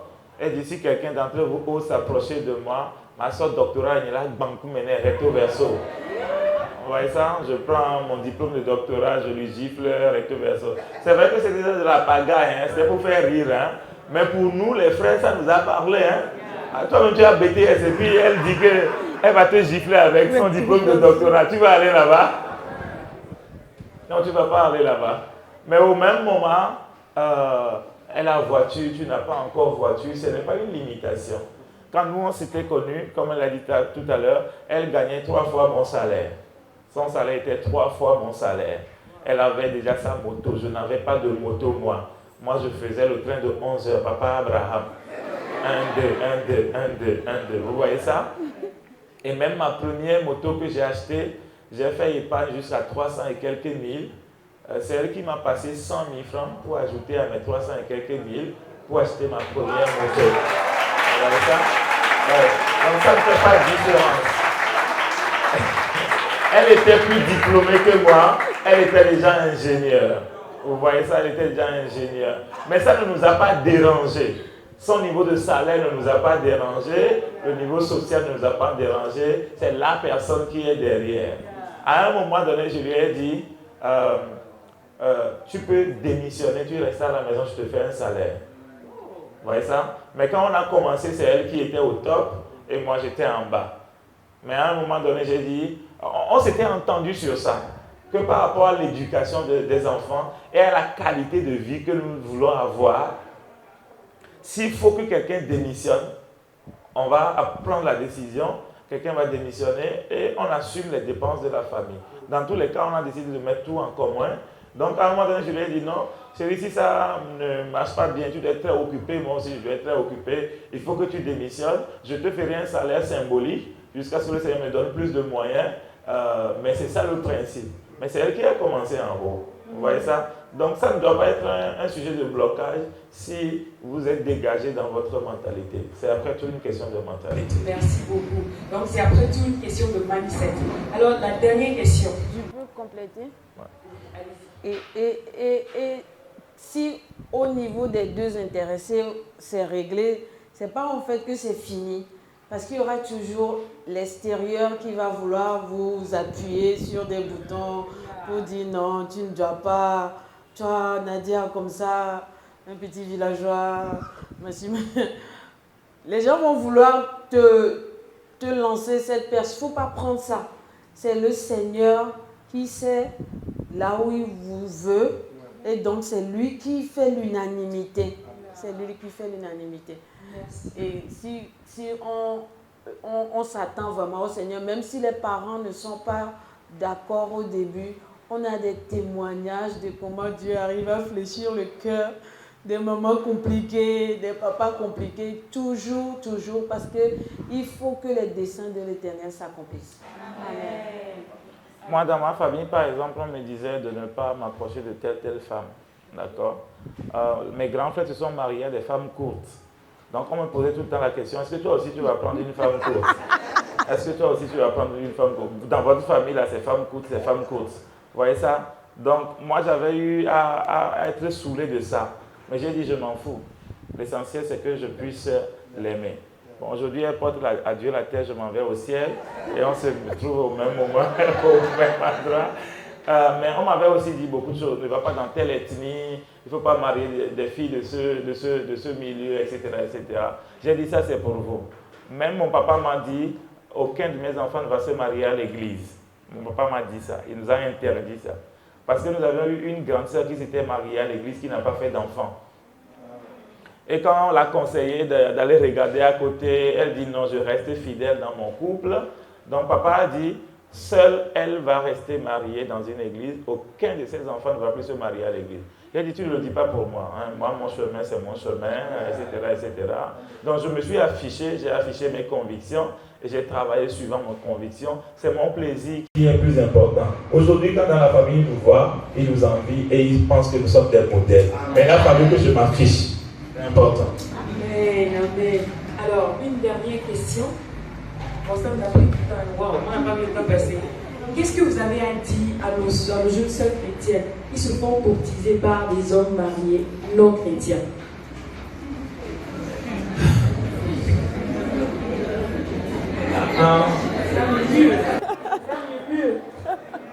En fait, si tu connais ton identité, tu sais dans quelle basse-cour tu vas t'amuser. C'est juste une question d'identité. Si tu connais ton identité, tu sais dans quelle basse-cour tu vas t'amuser. Si tu es un aigle, tu ne peux pas aller t'amuser avec des poules mouillées. C'est simple comme ça. Ce n'est même pas un prestige, ce n'est pas un honneur de dire des hommes mariés me courtisent. C'est anormal. C'est anormal. Vous avez une fois vu une pâte chaude, une pâte bien chaude. Hein? Vous avez vu les mouches venir se poser dessus? Jamais. Soyez chaudes. Hein? Les mouches mariées là. ne vont pas venir. Il ne faut même pas accepter ça. Il ne faut pas accepter ça. Faut pas accepter ça. Si tu as un manque d'amour, si tu as une dépendance affective, cherche à guérir. Mais ne trouve pas ça comme on me dorlote, eux ils comprennent mieux, les jeunes là ils ne comprennent pas les gens, etc. etc. C'est faux. C'est faux. Donc il faut guérir. Maintenant, si vous permettez, comme notre thème c'est comment sortir du célibat anormal, je voulais apporter quelques points d'astuce là-bas. En fait, le célibat anormal a plusieurs causes. D'accord? Si vous voulez bien sortir du célibat anormal, il faut s'attaquer aux causes de ce célibat anormal. Quelques causes que je pourrais citer, il y a les causes spirituelles. S'il y a des gens qui ne se marient pas dans votre famille, regardez bien ça, travaillez sur ça. D'accord? Il y a des familles dans lesquelles c'est difficile de se marier. On fait un enfant à gauche, un enfant à droite. S'il vous plaît, n'attendez pas d'aller vous mettre dans un lien avant de vous battre contre l'ennemi. Traitez ça. Trouvez, voir si dans votre famille on se marie facilement, si on a facilement un couple épanoui. Si tel n'est pas le cas, traitez la cause là avant même que la saison n'arrive pour vous. Une deuxième cause que je vais souligner, c'est la cause du mindset, la mentalité que vous avez. Je me réjouis que le module là bien traité. Il y a aussi la cause matérielle et financière. D'accord? Certains sont dans un célibat anormal, surtout les garçons, parce que matériellement et financièrement, on n'est pas devenu autonome pour pouvoir prendre la fille de quelqu'un. Travailler, chercher à travailler, chercher à être autonome, avancer. Les causes sociales, il y en a beaucoup. Il faut aller au-delà des causes sociales. Les gens disent ceci, les gens disent cela. Je pense qu'il faut dépasser tout ça là et se donner des chances. Il faut vraiment traiter les choses à la base. Je suis pasteur, je vous parle par expérience, d'accord? Traitez bien les causes, dégagez l'atmosphère, dégagez votre ciel, traitez bien votre personnalité, votre caractère, soyez une personne entre guillemets mariable, d'accord? Oh, j'ai aimé le slogan, au lieu de chercher la bonne personne, cherchez d'abord à devenir vous-même la bonne personne que la bonne personne est en train de chercher. Que la personne que vous cherchez recherche. D'accord, moi aussi j'ai pu arriver. Donc c'est un peu ça. Soyez sérieux avec ça, travaillez assidûment sur ça. Et puis Dieu est un papa qui aime voir ses enfants se marier. J'aime quand elle a dit tout à l'heure qu'elle pensait, elle était convaincue qu'elle allait se marier, même si c'est à 60 ans. J'ai déjà célébré des mariages de 50 ans. Une dame qui ne s'est jamais mariée jusqu'à 50 ans. J'ai célébré son mariage avec beaucoup de joie. Célibataire à 50 ans, qui voulait se préserver pour le Seigneur. D'accord? Il y a un de nos pasteurs qui, sa maman s'est mariée quand lui, il était déjà pasteur. Sa maman s'est remariée. C'était catastrophique avec leur papa. Donc, il n'y avait pas eu vraiment mariage. Mais à plus de 60 ans, avec un gars de plus de 60 ans, 2 retraités se sont mariés. Vous voyez ça, c'est juste extraordinaire, c'est beau. Aujourd'hui, quand on voit le couple là, et leur fils pasteur à gauche, à droite, on se dit, mais Dieu est merveilleux. Donc, on peut se marier à tout moment, ce n'est pas trop tard. Amen. Et Dieu ne vous a pas oublié, Dieu pense à vous. Amen. Si vous détectez des causes, travaillez cela, libérez l'atmosphère, et Dieu vous sera favorable. Amen. Alors, nous allons passer le micro à maman pour son mot de fin. Amen. Avant de placer le mot de fin, j'aimerais un peu revenir sur le cas des sœurs qui se font courtiser par des hommes mariés. Dans le monde spirituel, on s'attire ce qu'on est. Quand il y a des choses comme ça qui arrivent, arrête-toi et pose-toi des questions. Comment se fait-il qu'il y en a qui sont courtisés par des frères non mariés, célibataires, et puis toi, c'est toujours les hommes mariés. Tu t'arrêtes, tu prends un rendez-vous avec le Saint-Esprit et vous allez gérer ce dossier. Parce que ce n'est pas normal. Les gens ne viennent pas à toi par hasard. Quand on voit l'histoire de l'homme de Gadara, quand les démons sont sortis de l'homme, Ils ne sont pas allés dans n'importe quel troupeau. C'était dans un troupeau spécifique qu'ils sont partis. Ça, on disait long sur l'origine de sa folie. Ouais. Donc, ce que tu es, c'est ce que tu attires à toi. Il faut aller faire le ménage. Il faut aller checker certaines choses. Librement, peut-être tu n'es pas au courant, mais quand tu prends rendez-vous avec le Saint-Esprit, lui, il saura te dire non, il y a tel endroit, il y a tel endroit. Ou bien c'est toi-même qui fais des choses de manière consciente ou inconsciente, mais très souvent de manière consciente, ta manière de s'habiller, ta manière d'être avec ces hommes-là. Parce que quand même, par quel chemin tu vas passer pour venir me parler? Tu as vu mon visage? Tu vas me parler comment? C'est de toute façon, je te souris là, c'est ça là qui va te donner courage pour venir me raconter n'importe quoi. Donc il faut que je revoie ma manière d'être avec le mari de quelqu'un. Est-ce que moi, si je suis mariée et puis je vois une fille en train de sourire comme ça avec mon mari, moi je serais content. Mais pourquoi moi je souris comme ça avec le mari de quelqu'un? Donc il faut aller checker ces trucs, les habillements, les environnements où tu te retrouves quand ce cas-là se pose. Tu ne vas pas me dire que tu es à la maison dans ta chambre quand le gars vient te parler. Tu t'es trouvé où? On ne parle pas de n'importe quel sujet à n'importe quel endroit. C'était où? Il y a des endroits un peu compliqués. Il faut arrêter d'aller là-bas et puis c'est bon. Amen. Mon mot de fin, je bénis le Seigneur pour cet atelier. Et je vais dire à une sœur, précisément, particulièrement, qu'il y a de l'espoir. Amen. Tu vas te marier. C'est pas que tu vas croiser les bras. Pourquoi tu ne dis pas ça aux frères? Parce que comme tu le disais tout à l'heure, les frères, en fait, ils sont pas trop stressés, en fait, par le retard du mariage. Hein? Bon, c'est vrai que les parents mettent la pression aussi aux frères. On dit que voilà, ton petit frère de 5 ans que toi a fait déjà un enfant. Toi, tu es ici, tu manges seulement la pâte. Mais il faut dire, nous sommes plus sensibles à de telles remarques. Nous sommes plus, et puis la société aussi veut nous mettre cette pression. Refusons ça. Soyons heureuses par nous-mêmes. Moi, je me rappelle, quand j'ai commencé par travailler, j'ai commencé par travailler dans des conditions très miraculeuses. J'ai eu un boulot juste parce que l'un de mes prénoms était le nom de famille de mon directeur. On m'a pas qualifié sur mon CV. Juste parce que je m'appelais Akpé et puis le monsieur, c'est un Ivoirien. Donc, il s'appelle Akpé. En même temps, comme ça, il m'a pris. Et moi, je suis partie en Côte d'Ivoire. Comme ça. Et quand je suis revenue de la Côte d'Ivoire, tout le monde pensait que j'avais trouvé un frère là-bas. Mais c'était pas vrai. J'étais juste contente par moi-même. Je prenais des photos tout le temps. On pensait que le gars était à l'extérieur, que je lui envoyais les photos. Non. En attendant qu'un frère arrive, soyons heureuses. Amen. Prends soin de toi. Sois heureuse, passe du bon moment avec toi-même. Et puis avec le Saint-Esprit, quoi. Avec le Saint-Esprit. Surtout parce que ce qu'on ne nous dit pas souvent à nous les sœurs et qu'on court pour entrer dans le mariage, c'est que le mariage c'est une charge. Hein. C'est une responsabilité. Et ça, c'est lourd comme ça. Très lourd même. Et quand les enfants vont commencer par arriver. Donc si tu n'as pas pris de l'énergie, tu n'as pas pris des ressources dans ta gibecière avant de commencer ce chemin-là, tu vas te retrouver sur tes réserves sur le chemin. Donc,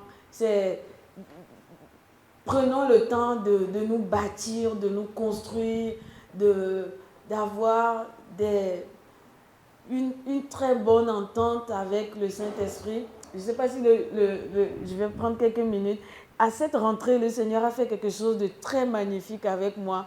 Et ça m'a beaucoup, j'ai beaucoup aimé l'expérience.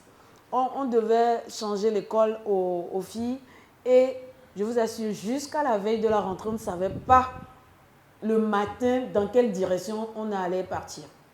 On a prospecté des écoles, mais jusque-là, rien, zéro. Je me suis couchée comme ça, je dis, mais Seigneur, demain matin, c'est la rentrée, mais on va faire comment? Et puis vers 3 heures du matin, je n'arrivais pas à dormir. Et puis je suis venue au salon et on a commencé par parler. Je vous assure. En banalement 1h30, 2h, je savais de manière absolue dans quelle école les filles là devaient aller. Et les jours qui vont suivre vont me dire que j'ai vraiment entendu Dieu. Parce que l'école où on semblait pencher à cause de la distance, il y a eu un incident là-bas le jour de la rentrée. J'ai dit, waouh. Il m'a dit, j'étais assise là comme ça, il me dit, prends la fiche d'inscription de ça. Je vois. La rue sur laquelle se trouvait l'école en question, c'était un nom bizarre. Et puis il me dit, comment l'école peut être dans la rue comme ça et puis les enfants seront... Il dit, oh, ok. Il y avait un autre critère. Là-bas, quand on était parti, ils n'avaient plus le tissu, ils avaient le t-shirt. Donc, à la rentrée, on pouvait prendre le t-shirt. Mais je n'étais pas trop pour cette idée-là. Maintenant, il me dit, va prendre l'autre fiche. L'autre fiche, je ne savais plus là où je l'avais laissée. Je suis partie, j'ai fouillé, j'ai vu. Et puis, il dit, lis le nom de la rue là. Il dit c'est sur rue, comme ça, il faut trouver école pour tes enfants. Et on est parti là-bas le matin, on a fait l'inscription le matin. Après, comme on a quitté notre ancienne école dans le groupe des parents d'élèves, moi j'étais président du bureau des parents d'élèves dans l'autre école, donc je suis restée en contact avec certains parents. Ils m'ont dit, mais vous avez atterri. Je dis, non, on est maintenant ici. Je dis, vraiment, toi, tu as choisi la bonne part. J'étais heureuse, j'ai dit, wow, j'étais très contente qu'en moins de 2 heures de temps, nous avions trouvé l'école où les filles devaient être cette année. Et ça, si tu ne le faisais pas avant, maman, c'est pas là tu vas faire ça. C'est pas là. C'est plusieurs exercices qui vont t'amener cette voilà. Donc, commençons là-bas, en attendant que le frère arrive. Parce que lui-même, là-même, c'est fardeau. Donc, moi ici, je suis fardeau. Bon, fardeau. Mais prenons sur nous de nous bâtir, de nous construire. Notre demain en dépend. D'être heureuse dans le foyer, de ne pas attendre que ma joie ne vient pas de ce monsieur-là. Ma joie vient du Seigneur et de moi-même. Et si tu n'as pas fait ça, pardon, il faut commencer maintenant. Maintenant, parce que le chemin est long et lourd. Amen.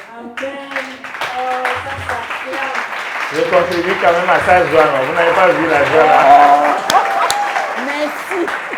Oui, il fallait que le pasteur réplique. Sinon, merci. Non, c'est pour les jours mauvais en fait.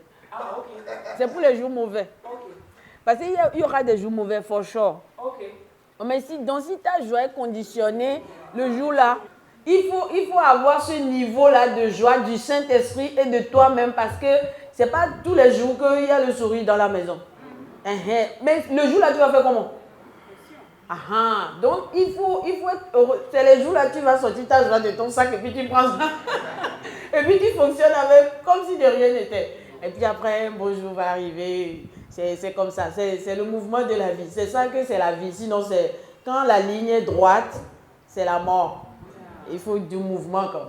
C'est ça le mouvement de la vie. Amen. Merci beaucoup. Le pasteur va ajouter. Ok, merci beaucoup. On acclame le Seigneur. Magnifique. Waouh.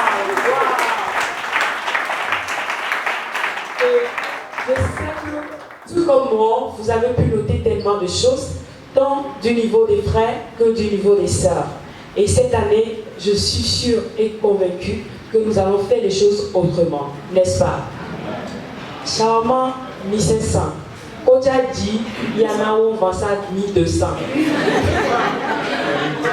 Oui, parce qu'il faut qu'on commence par s'acheter Charmant nous-mêmes. Pour que Charmant 1500 n'influence pas le choix de notre conjoint. Mais de vibrer ensemble quelque chose. Et nous avons aussi noté que c'est la bonne disposition qui facilite ou sinon qui favorise le mariage. Et notez-le bien, le voleur vient en premier. Le frère qui est là, qui est sur ton cou, dis-moi oui, dis-moi oui. Retournons, allons questionner le Seigneur. Et la chose la plus importante que moi j'ai pu noter, c'est d'abord notre communion avec le Saint-Esprit. Si tu n'as pas pris l'habitude de parler avec lui dans le foyer, il ne va pas le faire. Lui aussi, parfois, je pense qu'il se laisse désirer. Tu ne me parles pas d'habitude. Maintenant que c'est chaud sur toi, tu me presses. Tu te crois où? Alors, en ajout de tout ce que nous avons pu noter, prions fort que le Saint-Esprit nous oriente. Alors, on va se lever sur nos pieds. On va acclamer le Seigneur. Comme si c'était le jour de ton mariage. Acclame le Seigneur.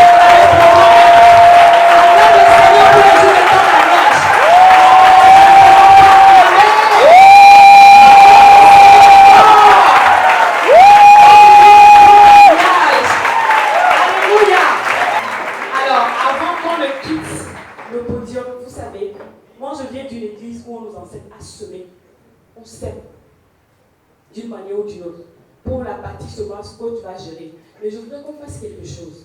Vous savez, mon pasteur nous dit souvent que si tu veux quelque chose qui est déjà dans la vie de quelqu'un, tu n'as pas besoin de faire trop d'efforts.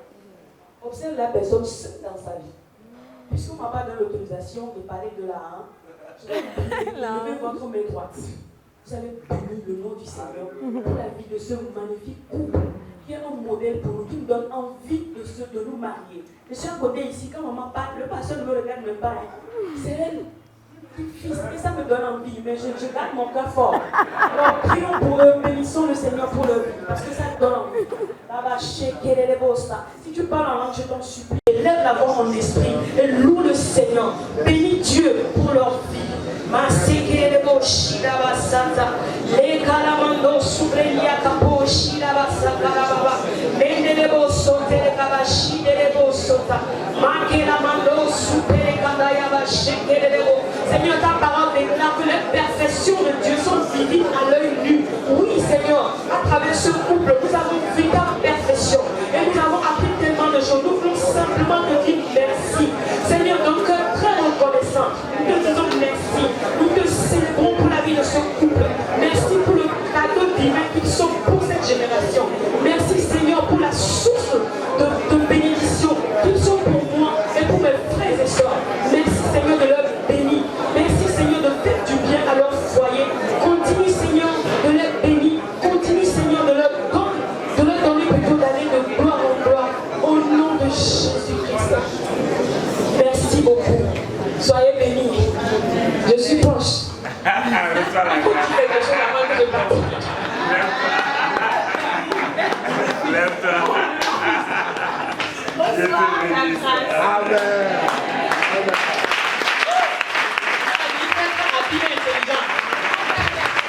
beaucoup. Ok, d'accord. D'accord. Bon, après, quand ils vont finir de prier, vous aurez l'opportunité. Ok, on va le laisser prier d'abord. Ok, et puis on va prendre 2-3 questions. D'accord? Voilà. Alléluia. Comme je vous l'ai dit tantôt, Dieu est un père.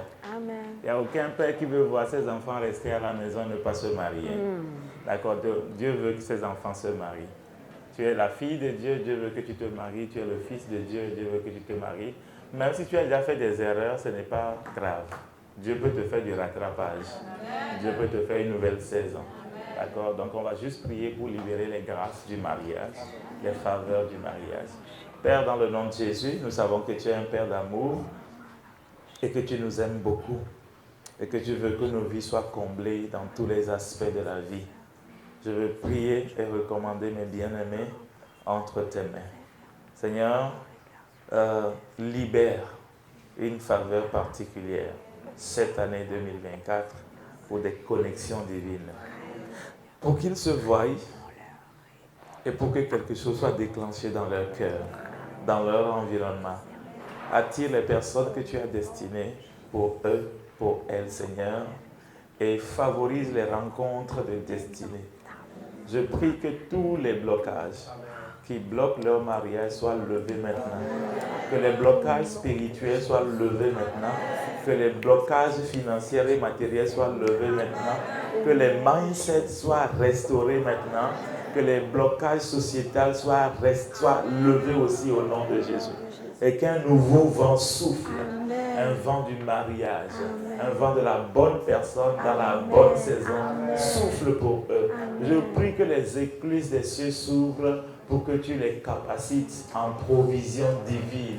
Tous ceux qui attendent de la provision pour concrétiser leur mariage, Père, libère cela en leur faveur. Tous ceux qui ont besoin de guérison intérieure, Père, je prie que tu libères une saison de restauration dans leur vie au nom de Jésus. Utilise cette école pour les équiper. Amen. Pour sortir des chefs-d'œuvre, des foyers stables, amen, des mariages avec 0 divorce, amen, qui soient des inspirations, qui soient des modèles dans la société, amen, des mariages qui donnent envie aux autres de se marier. Suscite et bénis ce ministère. Et perpétue ce ministère. Et multiplie les ouvriers de ce ministère, les témoins de ce ministère. Et que ta grâce repose sur chacune de nos vies. Amen. Au nom de Jésus de Christ. Amen. Amen. Amen. On va acclamer le Seigneur. Oui, il n'y a pas de problème. Hé, tu as oublié. Prenez place, s'il vous plaît. La première question, c'est le doute, la peur. Est-ce que ça arrive pendant les fiançailles où vous doutez du bon choix, etc., etc. Nous, dans notre cas, on n'a pas douté du choix de Dieu. D'accord? De la conviction qu'on est conduit par Dieu. Ni moi, ni elle.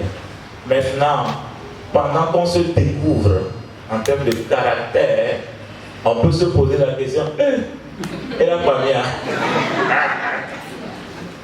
Mais c'est la découverte de l'autre, de son caractère. On fait avec, on s'ajuste, parce que vous ne pouvez pas changer l'autre. Vous pouvez dire à l'autre ce que vous avez comme remarque, mais vous ne pouvez pas changer sa personnalité. Et ça vous pose aussi la question si vous aimez réellement. C'est un test pour vous. Donc ce n'est pas doute, est-ce qu'on va aller, est-ce qu'on ne va pas aller, mais je vois les signaux, comment est-ce que je vais les gérer. Mais par rapport à la conviction spirituelle, on n'a pas eu de doute là-dessus. Et ce manque de doute aussi nous a soutenus à faire face aux difficultés qui pourraient arriver. Au départ, est-ce que c'est un niveau élevé, après ça diminue? En fait, il y a différents types d'amour qu'on peut expérimenter. Au départ, je crois que c'est beaucoup plus égoïste. Hein? C'est beaucoup plus sentimental. C'est beaucoup plus coup de foudre. Et ce n'est pas vraiment l'agapé et l'amitié sincère et solide. D'accord? Maintenant, nous, au fur et à mesure qu'on évolue, il y a plus l'amitié qui est consolidée, qui grandit. Il y a plus l'agapé, supporter l'autre, aimer l'autre au-delà de sa personne, qui grandit. Et quand les deux grandissent, les deux entretiennent le sentiment qui était là au départ. Donc quand le sentiment qui était là au départ n'a pas été entretenu par l'amour agapé, l'amour inconditionnel, et l'amour filial qui est l'amitié, le sentiment va disparaître avec le temps. Mais quand les deux autres soutiennent, vous devenez de plus en plus complices, de plus en plus intimes et de plus en plus amis. C'est ce que nous vivons dans le couple. D'accord? En fait, quand vous êtes amoureux, vous ne voyez pas les défauts. Vous les percevez de loin, mais vous les minimisez. D'accord? Les mêmes défauts que vous voyez dans le fiançailles, que vous minimisez, va prendre de l'ampleur quand le sentimental va diminuer. Le sentimental faisait que vous le minimisiez. Mais quand le sentimental va prendre un coup, alors le défaut va surgir. Maintenant, on ne se marie pas sur coup de foudre. D'accord? Les coups de foudre ne durent au plus que 2 ans. C'est pourquoi la plupart des mariages sont en ballottage entre 3 et 5 ans. La plupart des divorces arrivent, sont consommés à ce moment-là. Même si ce n'est pas décidé à la justice, c'est dans 2 à 3 ans que les graines du divorce s'installent dans le couple. Pourquoi? Le sentimental est parti. Ce qu'on pouvait cacher, on l'a caché. Mais 2 ans après, on ne peut plus continuer par cacher ça. Ça va se savoir. Hein, ça va se faire voir. C'est là où le philéo et l'agapé doivent reprendre le dessus. Mais c'est vrai quelque part que vous ne connaissez pas vraiment les défauts, vous les minimisez au départ, mais avec le temps, ça va paraître plus grand si le sentimental diminue. Maintenant, si l'amical est là et que l'inconditionnel est là, vous pouvez transcender ça aussi. Qui décide du mariage? En fait, ce n'est pas une personne qui décide unilatéralement du mariage. C'est toujours un consensus. Nous, on a toujours parlé du mariage. D'habitude, on dit souvent qu'il y a un qui est pressé, il y a l'autre qui n'est pas pressé. Mais vous devez toujours trouver un consensus qui soit aussi logique. Est-ce que vous êtes prêts? Est-ce que vous avez les moyens? Est-ce que vous pouvez maintenant vivre ensemble? Mais tout ça là s'harmonise entre vous deux. Je ne peux pas dire, hey, on se marie le mois prochain, suis-moi. Si tu m'aimes, suis-moi. Ou bien si tu es une femme soumise, suis-moi. Non, c'est pas ça. Donc, vous communiquez, vous discutez en consensus et vous décidez quelque chose que vous allez implémenter. Voilà ce que je peux dire. Comment nous avons su qu'à... En fait, nous n'avons pas su qu'à telle date nous devons nous marier. On n'a pas reçu une date du ciel. Non. Vous avez le mariage à les pieds sur terre. Il ne faut pas être trop spirituel avec le mariage. En fait, dans les 24 sur 24 là, vous allez prier combien de temps? Vous serez plus à communiquer, vous serez plus à vivre. D'accord? Donc nous, on a discuté. On a fixé une première date qui n'a pas marché. D'accord? On a fixé août. On voulait se marier en août 2014. Mais à l'approche, il y avait d'autres contraintes qui faisaient qu'on a décidé de manière consensuelle de reporter ça. À cause de certains événements qu'on attendait, qui étaient prioritaires. On voulait vivre ces événements avant de nous marier. D'accord? Donc on a juste reporté. Il y a eu aussi l'agenda des deux familles qui ont joué à un moment donné. On veut faire la dot, telle famille n'est pas disponible. Donc on était flexible et on a joué avec la disponibilité des familles pour pouvoir fixer une date. Mais c'est nous qui fixons la date. On n'a pas besoin qu'un ange vienne nous parler pour dire le 10 décembre c'est le jour de ton mariage. Si tu le rates là, c'est fini pour toi. C'est aussi simple et c'est terre à terre. Merci.